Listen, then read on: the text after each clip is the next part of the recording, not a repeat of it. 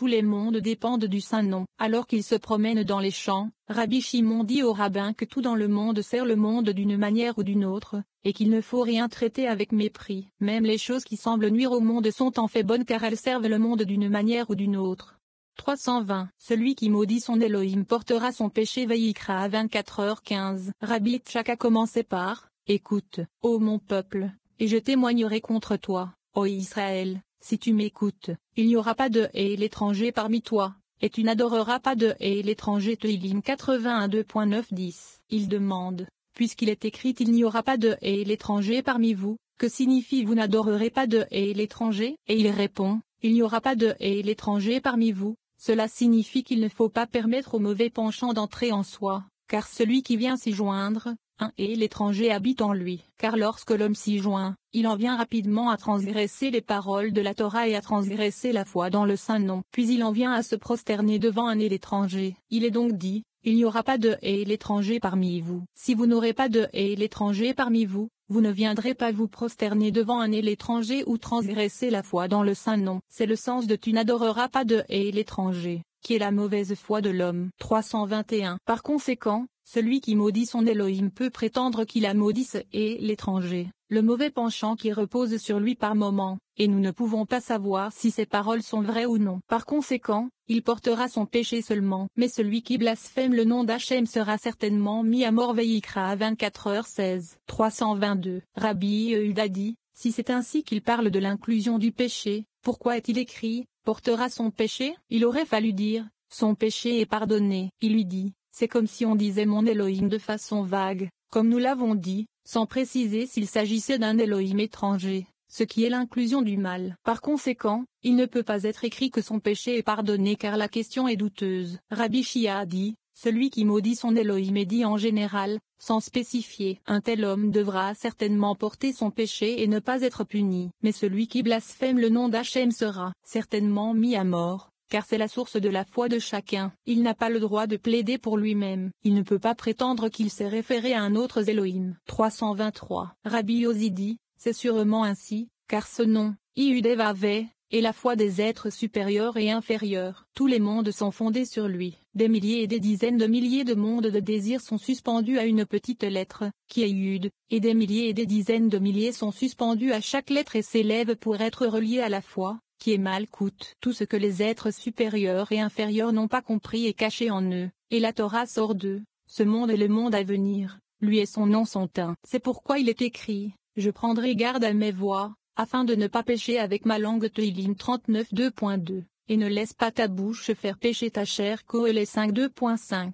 324. Rabbi Chizkiya a commencé par aucune main ne le touchera, mais il sera lapidé ou transpercé de balles, que ce soit une bête ou un homme, il ne vivra pas. Quand la corne sonnera longtemps. Shemo 19h13. Et s'il est dit du mont Sinaï, qui est une montagne comme les autres, une fois que la gloire du roi saint y est apparue, aucune main ne le touchera, mais il sera lapidé ou transpercé. Il en est de même pour quiconque s'approche du roi. Et si du mont Sinaï, auquel on pouvait tendre la main de manière respectueuse et révérencieuse, il est pourtant dit aucune main ne le touchera de manière neutre, pas même de manière respectueuse, il serait plus catégorique de tendre la main avec mépris vers le roi. 325. Rabbi Ilza a commencé par, ne vous approchez pas, ôte tes chaussures de tes pieds, car le lieu sur lequel tu te tiens est une terre sainte. Shemo 3. 5. Il dit, ne t'approche pas de Moïse, duquel, depuis le jour de sa naissance, la sainte splendeur céleste n'a pas été retirée. Le saint, béni soit-il, lui dit, Moïse, jusqu'à ce moment, tu n'es pas digne de servir ma gloire. Enlève tes chaussures de tes pieds. Si cela est écrit de Moïse, bien qu'il s'en soit approché avec révérence et sainteté, cela l'est bien plus de celui qui s'approche du roi avec mépris.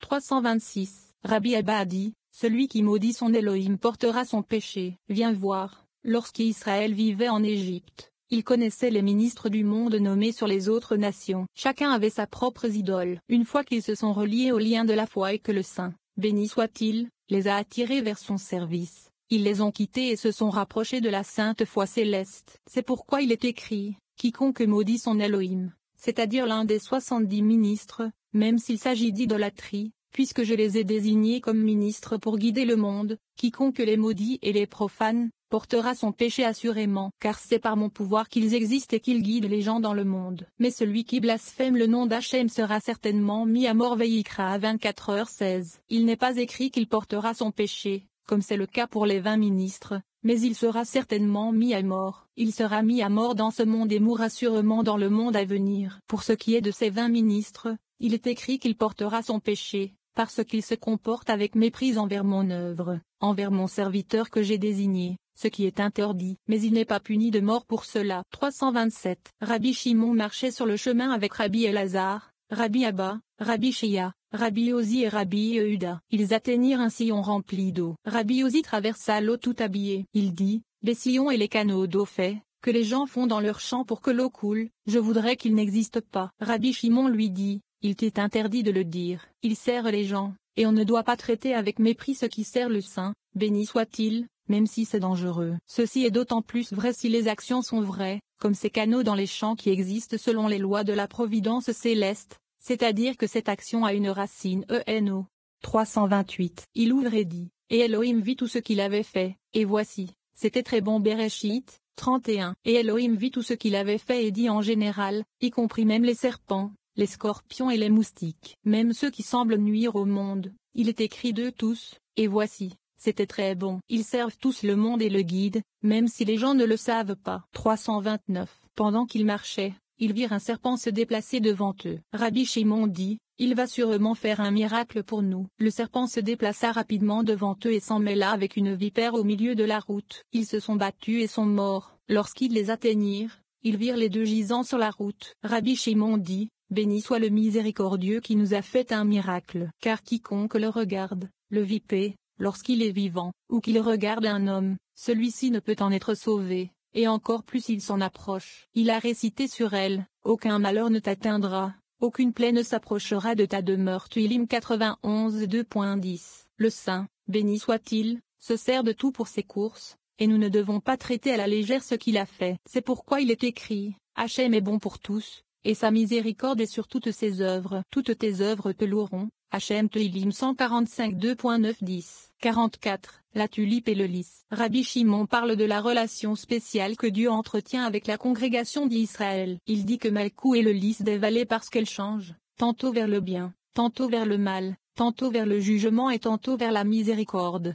330. Rabbi Shimon a ouvert la discussion en disant, je suis la tulipe du Sharon, le lys des vallées. Shor-Hashorim 2. Combien la congrégation d'Israël, nommée Malkout, est aimée du Saint, béni soit-il. Le Saint, béni soit-il, la loue et le loue constamment. Combien d'hymnes et de chants a-t-elle composé en permanence pour le roi. Heureux est le sort d'Israël, qui est attaché au lot de la portion sainte, comme il est écrit, car la portion de Hachem est son peuple, Jacob est le lot de son héritage. Devarim 32 2.9. 331. Je suis la tulipe du Sharon fait référence à la congrégation d'Israël, Malkout qui est appelée une tulipe. Elle se tient avec une beauté majestueuse dans le jardin d'Éden pour être plantée. Sharon signifie qu'elle chante, et Shara, et loue le roi céleste, Zahir Ampin. Selon une autre interprétation, je suis la tulipe du Sharon, car elle, Malkout, a besoin d'être arrosée par le flux du fleuve profond, la source des ruisseaux. Bina, comme il est écrit, le Sharon est comme l'Arava. Yeshaïa 33 2.9. Le Sharon signifie la plaine. Cela signifie que la tulipe qui est dans la plaine a soif d'eau, car le soleil la brûle. 332. Le lys des vallées signifie qu'elle est située là où c'est le plus profond. Que sont les vallées profondes? Elle figure dans le verset de profondeur, j'ai crié vers toi. Hachem Teilim 130. Le lys des vallées vient de l'endroit d'où provient l'eau des rivières profondes qui ne cessent de couler, c'est-à-dire là où Bina est révélé. Le lys des vallées est un lys de ce lieu considéré comme le plus profond, caché dans toutes les directions, à savoir, du lieu caché de Bina. 333. Viens voir, au début, Malkout est une tulipe verte à feuilles vertes, puis elle est un lys bicolore, rouge et blanc. C'est un lys, et Shoshana, Assis, et Shisha, feuille, un lys qui change, et Meshana, de couleur et passe d'une couleur à l'autre. Un lys est d'abord appelé tulipe, c'est-à-dire que lorsqu'elle souhaite s'unir au roi, elle est appelée tulipe. Après s'être unie au roi par des baisers, elle est appelée un lys, puisqu'il est écrit, ses lèvres sont comme des lys. Shor-Hashorim 5h13. Elle est le lys des vallées parce qu'elle change, changeant ses couleurs tantôt vers le bien, tantôt vers le mal, tantôt vers le jugement, tantôt vers la miséricorde. 45. Le péché de l'arbre de la connaissance du bien et du mal. Rabbi Shimon dit que lorsque Dieu a créé Adam, il lui a demandé d'être toujours dans le lien de la foi, de ne jamais changer ou se détourner, d'être d'un seul cœur dans sa dévotion. Mais après qu'Adam et Ève aient péché, ils se sont attachés à un endroit qui change du bien au mal et du mal au bien. Ils ont quitté leur attachement au plus haut, qui est unique et ne change jamais. Dieu a alors dit à Adam qu'ils avaient quitté la vie et étaient désormais soumis à la mort. Tous les autres sur terre ont suivi l'exemple d'Adam. C'est pourquoi le monde entier souffre de la mort. Enfin, Rabbi Shimon nous dit que dans le monde à venir, Dieu détruira la mort pour toujours, et tous s'accrocheront à l'arbre de vie.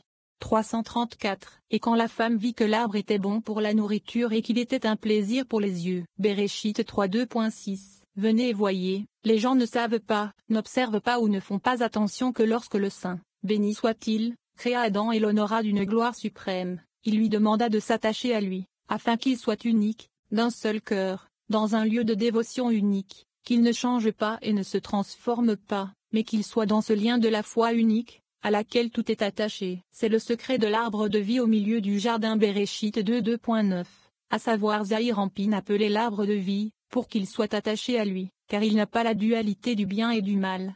335. Ensuite, ils s'écartèrent de la voie de la foi et quittèrent l'arbre supérieur sans égal, élevé au-dessus de tous les autres arbres, qui est l'arbre de vie, ainsi que Zahir Anpin. Et ils sont venus s'attacher à un lieu de changement qui tourne d'une manière à une autre, du bien au mal et du mal au bien, à savoir l'arbre de la connaissance du bien et du mal. Ils descendirent d'en haut vers le bas et s'attachèrent en bas à de nombreux changements. Ils ont quitté le plus haut, qui est un et ne change jamais. C'est ce que signifie qu'Elohim a fait de l'homme un être droit, mais qu'il a cherché beaucoup d'inventions. Qohélet 7h29, à savoir, l'arbre de la connaissance du bien et du mal qui contient de nombreux changements. Leur cœur changeait alors par cet aspect même, car ils étaient tantôt enclins au bien, tantôt au mal, tantôt à la miséricorde, tantôt au jugement. Cela ressemble sûrement à ce à quoi ils se sont attachés. Ils ont recherché de nombreuses inventions et s'y sont attachés. 336. Le Saint, béni soit-il, lui dit, Adam, tu as quitté la vie et tu t'es attaché à la mort. La vie est comme dans le verset, l'arbre de vie aussi au milieu du jardin, nommément un arbre appelé vie, parce que celui qui s'y attache ne goûte jamais la mort. Et vous vous êtes attaché à un autre arbre. Certes, la mort est devant vous. C'est ce que signifie, ses pieds descendent vers la mort. Michelet 5:2.5. Et je trouve la femme plus amère que la mort. Qohélet 7h26. Il s'est certainement attaché à la région de la mort et a quitté la région de la vie. Pour cela, lui et le monde entier ont été condamnés à mort. 337. Il demande, s'il lui a péché, quel est le péché du monde entier? Pourquoi tout le monde a-t-il été condamné à mort? Vous pouvez dire que toutes les créatures sont venues et ont mangé de cet arbre et qu'il a été goûté par tous. Ce n'est pas le cas. Quand Adam s'est levé, toutes les créatures l'ont vu et l'ont craint. Elles le suivirent comme des serviteurs devant un roi. Et il lui dit, toi et moi, viens, adorons et prosternons-nous, agenouillons-nous devant Hachem notre Créateur. Tezillim 95:2.6. Et ils le suivirent tous. Lorsqu'ils virent Adam se prosterner devant cet endroit, l'arbre de la connaissance du bien et du mal, et s'y attacher, ils le suivirent tous. C'est pour cette raison qu'il a apporté la mort sur lui-même et sur le monde entier. 338. Adam s'est ensuite transformé de plusieurs façons, maintenant en bien et maintenant en mal, maintenant en colère et maintenant en plaisir, maintenant en jugement et maintenant en miséricorde, maintenant en vie et maintenant en mort. Il ne reste jamais de façon permanente dans aucune d'entre elles. Ceci lui a été apporté par ce lieu, l'arbre de la connaissance du bien et du mal. C'est pourquoi on l'appelle la lame de l'épée qui tourne d'un côté à l'autre, du bien au mal, de la miséricorde au jugement, de la guerre à la paix. Il tourne dans tous les sens et est appelé bien et mal, comme il est écrit, mais de l'arbre de la connaissance du bien et du mal, vous ne mangerez pas. Bereshit 2h17. 339. Le roi céleste, dont la miséricorde est sur son ouvrage, le réprimanda en lui disant, mais de l'arbre de la connaissance du bien et du mal, tu ne mangeras pas. Pourtant, il n'accepta pas de lui mais suivit sa femme et fut banni pour toujours, car la femme ne s'élève pas plus haut que ce lieu et la femme a apporté la mort à tous. 340. Venez et voyez, il est écrit à propos du monde à venir, car les jours de mon peuple seront comme les jours d'un arbre. Jésaïa 65:2.22. Les jours d'un arbre se réfèrent à ce fameux arbre, l'arbre de vie. De cette époque, il est écrit, il détruira la mort pour toujours, et Hachem Elohim essuiera les larmes de tous les visages. Jésaïa 25:2.8. Béni soit Hachem pour les siècles des siècles, Amen et Amen. Qu'Hachem règne pour toujours, Amen et Amen. Point qui brûlera sur l'autel toute la nuit. Rabbi Elazar parle de la nuit où les jugements s'éveillent dans le monde et où la sorcellerie est pratiquée. Il raconte ce qui se passe lorsque minuit approche, et la joie que Dieu trouve parmi les justes dans le jardin.